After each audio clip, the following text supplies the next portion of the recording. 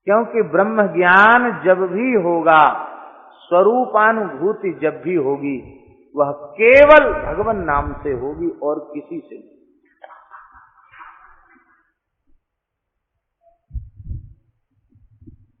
ब्रह्मानंद का जिसे अनुभव हो चुका है, उसे संसार के दुख दारिद्र्य का स्पर्श भी नहीं होगा। फिरत स्नेह मगन सुख अब, ये ब्रह्मानंद में डूबे हुए महात्मा की स्थिति है। ये ब्रह्म ज्ञानी की अवस्था का वर्णन है। फिरत स्नेह मगन सुख अब, फिरत स्नेह मगन सुख नाम प्रसाद सोच नहीं सपने, नाम प्रसाद सोच नहीं सपने। नाम के प्रसाद से स्वप्न में भी शोक नहीं होता। तो सच्ची ब्रह्मज्ञानी की अवस्था वह भी नाम से ही प्राप्त होती है। इसलिए गोस्वामी जी ने कहा उभय प्रबोधक चतुर्दुभाषी।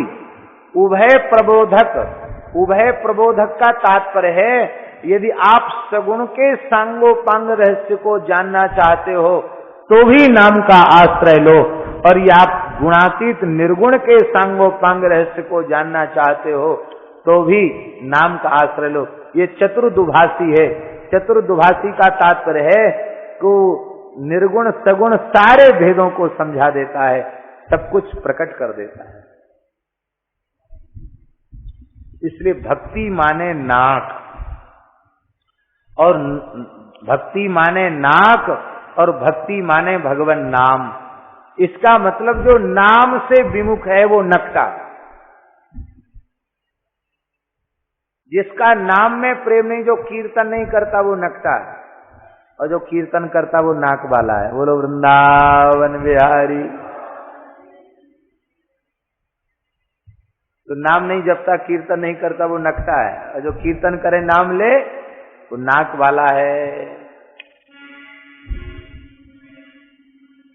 एक घसियारा था, दादाजी के द्वारा सुना हुआ एक कहानी, जिनकी हमने स्मरण किया ना, कीर्तन का प्रचार करने वाले दादाजी। एक घसियारा था, एक बरसात का समय था, अपने पशुओं के लिए घास काटने के लिए गया, तो एक नाला था, नहर जैसी थी, उसमें दोनों उसके किनारों पर खूब बड़ी बड़ी घास लगी हुई थी। उसने मन में विचार किया कि इस नाले में नीचे उतर जाएं और फिर ऐसे घास काटें, अच्छा रहेगा।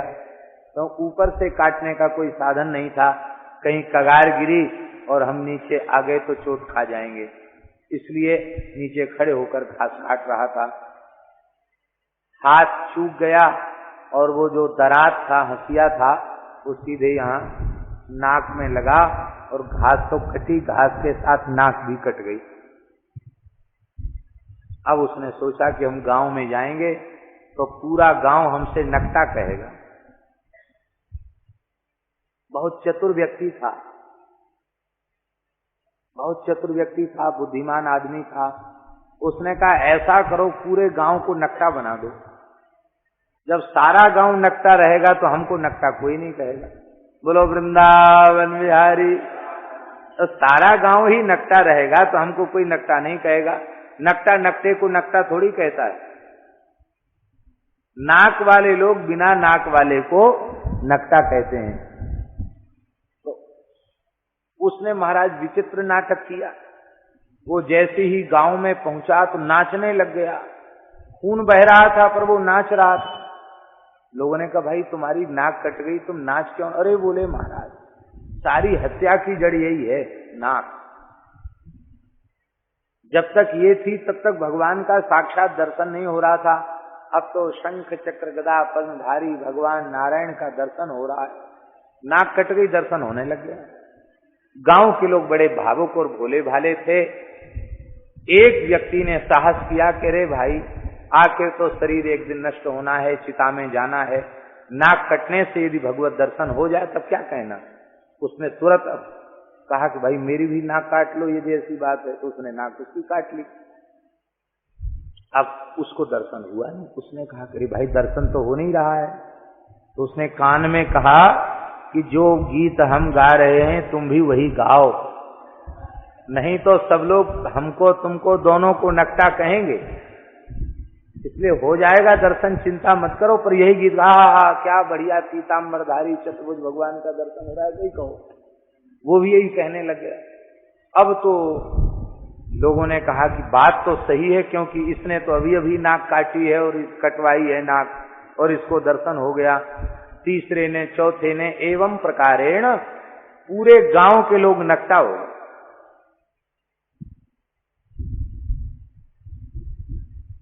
भले ये घटना झूठी हो, पर इस दृष्टांत के माध्यम से दार्ष्टान्त रूप में हमको समझना ये है, भैया जब सब नकटा होंगे तो कौन किसको नकटा करेगा। नाम विमुख प्राणी, भगवत भक्ति से शून्य प्राणी नकटा है, इसलिए कोई किसी को नहीं कहता कि तुम भजन करो, क्योंकि सबके सब नकटा है। ये प्रेम भिक्षु जी महाराज सरीखे संत ये नाक वाले हैं, इसलिए कहते भैया नाक लग जाएगी राम राम करने से, और तुम जिस नाक को बढ़ाना चाहते हो, नाक के लिए इतनी चिंता करते हो, हमारी नाक नीची न हो, यदि सबसे लंबी नाक पाना चाहते हो तो श्री नाम महाराज का आश्रय लो। सबसे लंबी नाक किसकी? बोले जिसकी नाम में सबसे ज्यादा निष्ठा, जो उसी की नाक सबसे लंबी। संपूर्ण देवी देवताओं में सबसे लंबी नाक किसकी है? किसकी है? ये गणेश जी की लंबी नासिका श्री राम नाम का प्रतीक है। ये केवल हस्ती शुंड का प्रतीक नहीं है, ये भगवान नाम का, भगवत भक्ति का प्रतीक है गणेश जी की नाक। सबसे प्रथम पूजा किसकी? बोले जिसकी सबसे लंबी नाक हो। बोले सबसे लंबी नाक किसकी? जिसकी नाम में सर्वोपरि निष्ठा हो, नाम का जिसने आश्रय लिया हो, उसी की नाक सबसे लंबी। इसी बात को गोस्वामी जी अग्रिम पंक्ति में कह रहे हैं। इसी चौपाई की भूमिका में, नाक की भूमिका में हमने ये बात कही है। तो वो जो बात है उसको भी हम थोड़ा सा पूरा कर दें। पिताजी से कहा कि तुम्हारी नाक है कहाँ, जो तुम कहते हमारी नाक कट गई। पिताजी समझ गए, बोले बिल्कुल ठीक कहती है, मैं नकटा हूं, पर मेरी नाक आवे कैसे? बोले अब पुरोहिताई, पंडिताई और गुरुआई छोड़कर अब केवल माला ले लो और नाम जप में लग जाओ, भगवान नाम का आश्रय ले लो, तो ये नाक तुम्हारी लग जाएगी।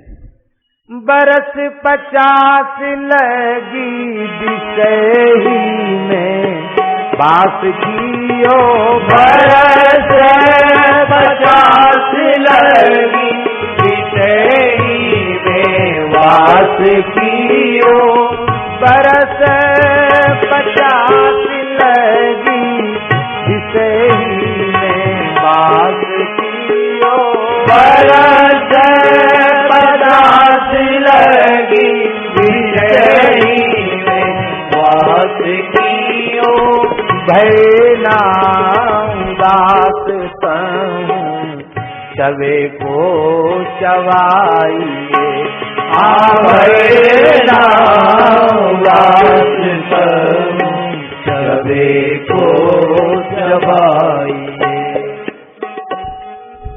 करमेती ने कहा पिताजी आपकी 50 वर्ष की आयु हो गई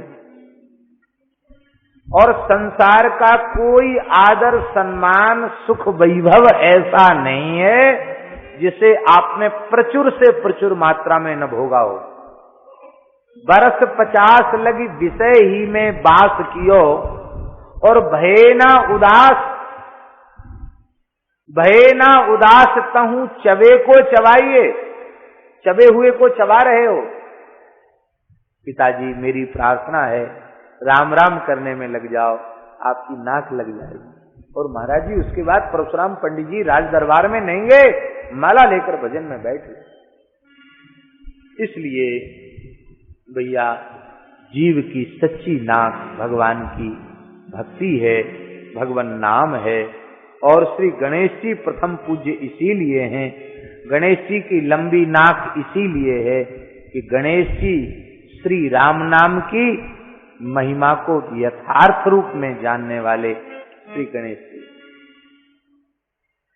महिमा जासु ज्ञान गण राव, महिमा जासु ज्ञान गण राव, प्रथम पूजियत नाम प्रभाव, प्रथम पूजियत नाम प्रभाव। ये नाम का प्रभाव है जो गणेश जी की प्रथम पूजा होती है। गणेश जी नाम महिमा के जानकार हैं।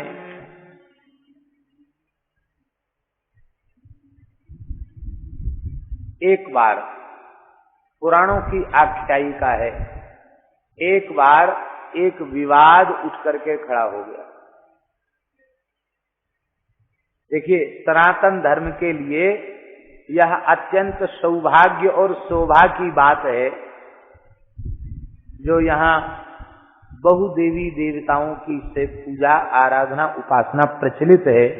ये भारतवर्ष के लिए सौभाग्य की बात है। ये सनातन धर्म का दोष नहीं है, ये सनातन धर्म का एक वैशिष्ट है। और यह सुविधा विश्व के किसी धार्मिक संप्रदाय में प्राप्त नहीं है।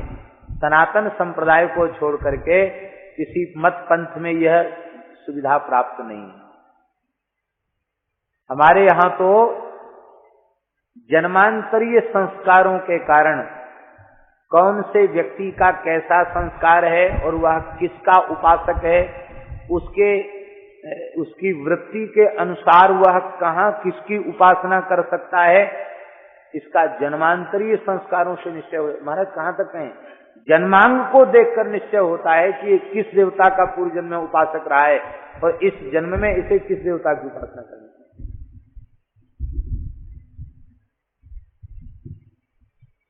अब एक जैसे थोड़े ही होते हैं। अब सात्विक प्रकृति के साधक के लिए आप वाम मार्ग की उपासना बताने लग जाएं तो वह वाम मार्ग की साधना में सिद्ध नहीं होगा, उसे कोई उपलब्धि नहीं होगी, पथभ्रष्ट जरूर हो जाएगा, उसका आचरण और नष्ट हो जाएगा, वह पथभ्रष्ट हो जाएगा, पतित तो हो जाएगा, पर उसे कोई उपलब्धि होगी नहीं। और तमोगुण प्रधान साधक को आप सतोगुण प्रधान उपासना बताएंगे, जो अखाद्य अपेय पान करने की जिसकी प्रवृत्ति है, जो ऐसा व्यक्ति है, तो उस व्यक्ति को आप विशुद्ध सात्विक उपासना बताएंगे तो उसका तमोगुण इतना बढ़ा हुआ है कि सत्व प्रधान उपासना में वो चल नहीं पाएगा, वहां उसे उपलब्धि नहीं होगी। इसलिए महाराज लिखा है कि गुरुजन जीव की पात्रता देखकर उसको फिर साधन देते हैं। इसको पहले क्या साधन देना चाहिए, फिर आखिर पहुंचना तो वही है। रुचिनाम वैचित्र्याद ऋजुकुटिल नाना पथजुषाम, रुचिनाम वैचित्र्याद ऋजुकुटिल नाना पथजुषाम, नरणाम एको गम्यः त्वमसि पैसा मरणव इव, त्रयी सांख्यम योगः पशुपति मतम वैष्णवमिति, प्रभिन्ने प्रस्थाने परमिदमदः पथ्यमिति च, रुचीनाम वैचित्र्याद ऋजुकुटिल नाना पथजुषाम, नृणाम एको गम्यः त्वमसि पैसाम अर्णव इव। एक ये मार्ग। पर राम जी विशेष बात यह है कि किसी देवी देवता का उपासक हो अंत में उसे जाना पड़ेगा भगवान नाम की शरण में। जैसे हम एक निवेदन करें, कोई भगवान गणेश का भक्त है, गणेश जी को ही सर्वोपरि मानता है और वेद भगवान स्तवन भी कर रहे हैं, त्वं ब्रह्मा त्वं विष्णु त्वं रुद्रस्त्वं इंद्रस्त्वं अग्निस्त्वं वायुस्त्वं सूर्यस्त्वं चंद्रमास त्वं ब्रह्म भूर्भुवस्वरोम त्वमेव प्रत्यक्षम ब्रह्मासि त्वमेव प्रत्यक्षम तत्त्वमसि इत्यादि वाक्यों से स्तवन भी उनका किया जा रहा है। देखिए, यह जो वेदों की एक शैली है, इसके रहस्य को भी जानना अत्यंत आवश्यक है। इसका रहस्य क्या है? बोले, इस परब्रह्म परमात्मा के रूप में जो भगवान गणेश का स्तवन है, वो किसका स्तवन किया जा रहा है? बोले, गणेश भगवान का भी जो अंतर्यामी तत्व ब्रह्म तत्व है, परमार्थ तत्व है, उस तत्व का स्मरण करते हुए, उनकी ब्रह्मात्मकता का स्मरण करते हुए उनके इस स्वरूप का वंदन किया जा रहा है और वह अपने आप में परिपूर्ण है। अरे राम जी, ये सारा विश्व ब्रह्मांड जब भगवान का स्वरूप है, तो गणेश जी तो भगवान की प्रत्यक्ष विभूति हैं, वो भगवान क्यों नहीं? तो जहां कहीं पुराणों में इस प्रकार की पद्धति का आश्रय लिया गया अथवा वेदों में इस पद्धति का आश्रय लिया गया, उसमें गणेशाधिष्ठात्री तदंतर्यामी जो परमात्मा है, जो ब्रह्म है, उस ब्रह्म की उस विभुता का, उसकी व्यापकता का, उसके महत्व का स्मरण करके और उस रूप में उसका स्तवन किया गया। ये इसका तात्पर्य। और दूसरे शब्दों में कहें, अंगी रूप में भगवान की स्तुति की गई है। अंग अंगी में अभेद है, पर अंग और अंगी में अंगी की मुख्यता होती है। तो अंग रूप में, अंग के रूप में भी अंगी की स्तुति की गई है, अंग के रूप में भी अंगी की स्तुति की गई है। ये बात समझ में आ जाए तो कहीं कोई भ्रम नहीं रहेगा, कहीं कोई शंका संदेह नहीं रहेगा। और इस प्रकार का प्रतिपादन आवश्यक है। आप लोग कहेंगे, इस प्रकार का प्रतिपादन आवश्यक क्यों है? बोले, इस प्रकार का प्रतिपादन आवश्यक इसलिए है कि यदि भगवान गणेश का उपासक भगवान गणेश को परात्पर परब्रह्म के रूप में नहीं देखेगा, तो उसमें गणेश जी के प्रति निष्ठा का उदय नहीं होगा, श्रद्धा विश्वास का उदय नहीं होगा। और जब श्रद्धा विश्वास निष्ठा का ही उदय नहीं होगा, तो गणेश देवता की भक्ति कैसे बनेगी? गणेश जी की भक्ति कैसे बनेगी? इसलिए इसकी अविचल भक्ति स्वरूप में हो जाए, उसकी बुद्धि व्यभिचरित न हो, उसकी उपासना व्यभिचरित न हो, इसके लिए ऐसा प्रतिपादन आवश्यक है। और यही प्रतिपादन आवश्यक मानकर भगवान कृष्ण द्वैपायन वेदव्यास ने विविध पुराणों में जिस देवता का पुराण है, उस देवता की महिमा को सर्वोपरि कहा। शिव पुराण में शंकर जी की महिमा, गणेश उप पुराण में गणेश जी की महिमा, देवी पुराण में देवी जी की महिमा। वो केवल इसीलिए, वहां झगड़े के लिए ये सब बातें नहीं कही गई, ये केवल इसलिए कही गई कि गणेश का उपासक गणेश में पूर्ण निष्ठा करके लग जाए। और जब पूर्ण निष्ठा करके लग जाएगा और जब गणेश की प्राप्ति करेगा, तो वह दिन दूर नहीं होगा जो गणेश जी की कृपा से वो राम नाम का अनुरागी हो जाएगा। क्योंकि निष्ठा पूर्वक, श्रद्धा पूर्वक भगवान गणेश की उपासना करने वाला जब कभी भगवान गणपति का साक्षात्कार करेगा, तो गणेश जी के हाथ में उसको माला दिखाई पड़ेगी। गणेश जी के हाथ में माला है कि नहीं? माला दिखाई पड़ेगी। और जब करते हुए दिखाई पड़ेंगे, तो वो साधक अवश्य पूछेगा, हे भगवान गणेश, आप कृपा करके बताइए, हम तो आपको ही अपना आराध्य उपास्य सर्वोपरि सर्वश्रेष्ठ मानते हैं? आप प्रथम पूज्य हैं, मंगल करता, विघ्न हरता, विघ्नराज गणपति हैं, फिर आपसे भी कोई ज्येष्ठ श्रेष्ठ तत्व है जिसका आप इतने श्रद्धा पूर्वक माला पर जप कर रहे हैं? तो गणेश जी कहेंगे, भैया जिनके पावन नाम का आश्रय लेने से मैं इतने जीवों के द्वारा आराध्य, उपास्य और वंदनीय हुआ, प्रथम पूज्य हुआ, उन्हीं महा महिमामय सर्व समर्थ भगवान के पावन नाम का स्मरण में कर रहा हूं। बेटा तुम भी नाम जपो। ऐसे उदाहरण हैं कि गणेश जी ने अपने भक्त को नाम जापक बना दिया। ऐसे उदाहरण।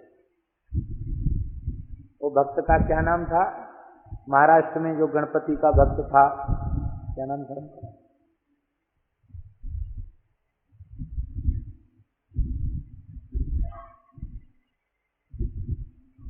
हाँ, नाम स्मरण में नहीं हो रहा है। वारकरी संप्रदाय में पंढरपुर में एक भक्त हो गए हैं, वो गणेश जी के अनन्य भक्त थे। गणेश जी के अनन्य भक्त थे और पंडरीनाथ जी के स्वर्णकार जाति के थे।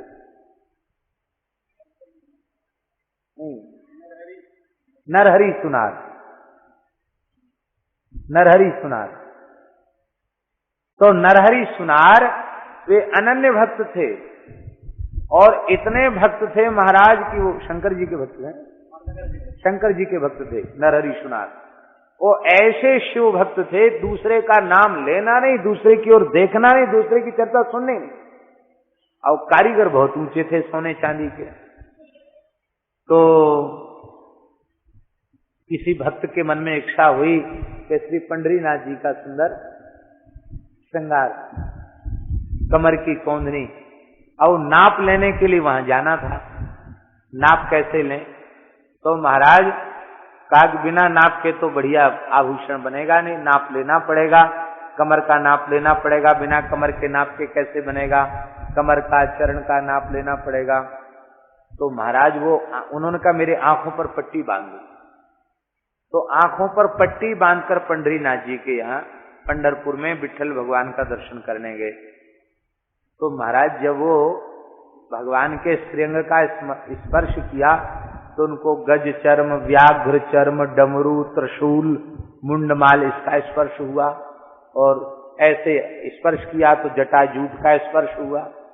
अरे लोग कहते थे कि यहाँ भगवान विट्ठल भगवान विराजमान है, यहाँ तो मेरे भोले बाबा बड़े विराजमान हैं, भगवान शंकर विराजमान है, लोग झूठ कह रहे थे। तब उन्होंने जैसी अपनी पट्टी हटाई तो श्री पंडरीनाथ जी, और पट्टी बांधे फिर छुए तो श्री ठाकुर जी। तब उन्होंने कहा भैया शिव की उपासना की सार्थकता भी मेरी भक्ति में है। शिवस्य हृदयम विष्णु, विष्णोस्य हृदयम शिवा। इसलिए शिव भक्ति का फल क्या है? मेरे चरणों में अनुराग। शिव सेवा कर फल सुख सोई, शिव सेवा कर फल सुख सोई, अविरल भगति राम पद हो, अविरल भगति राम पद हो। सबकी उपासना का फल पुराणों में कथा है। घंटाकर्ण की पुराणों में कथा है। घंटाकर्ण कान में घंटा लटका के रखता था, भगवान का कीर्तन हो रहा तो घंटा बजा देता था, कीर्तन कान में न चला जाए। इतना बड़ा शंकर जी का भक्त था। और घंटाकर्ण अंत में उसको भगवान शंकर की कृपा से सारी रिद्धियां सिद्धियां, भोग ऐश्वर्य सब कुछ उसको प्राप्त हो गया। अंत में उसके मन में आया कि अब तो बस मन भर गया है इस वैभव से, भोग विलास से, अब हमको मोक्ष मिले।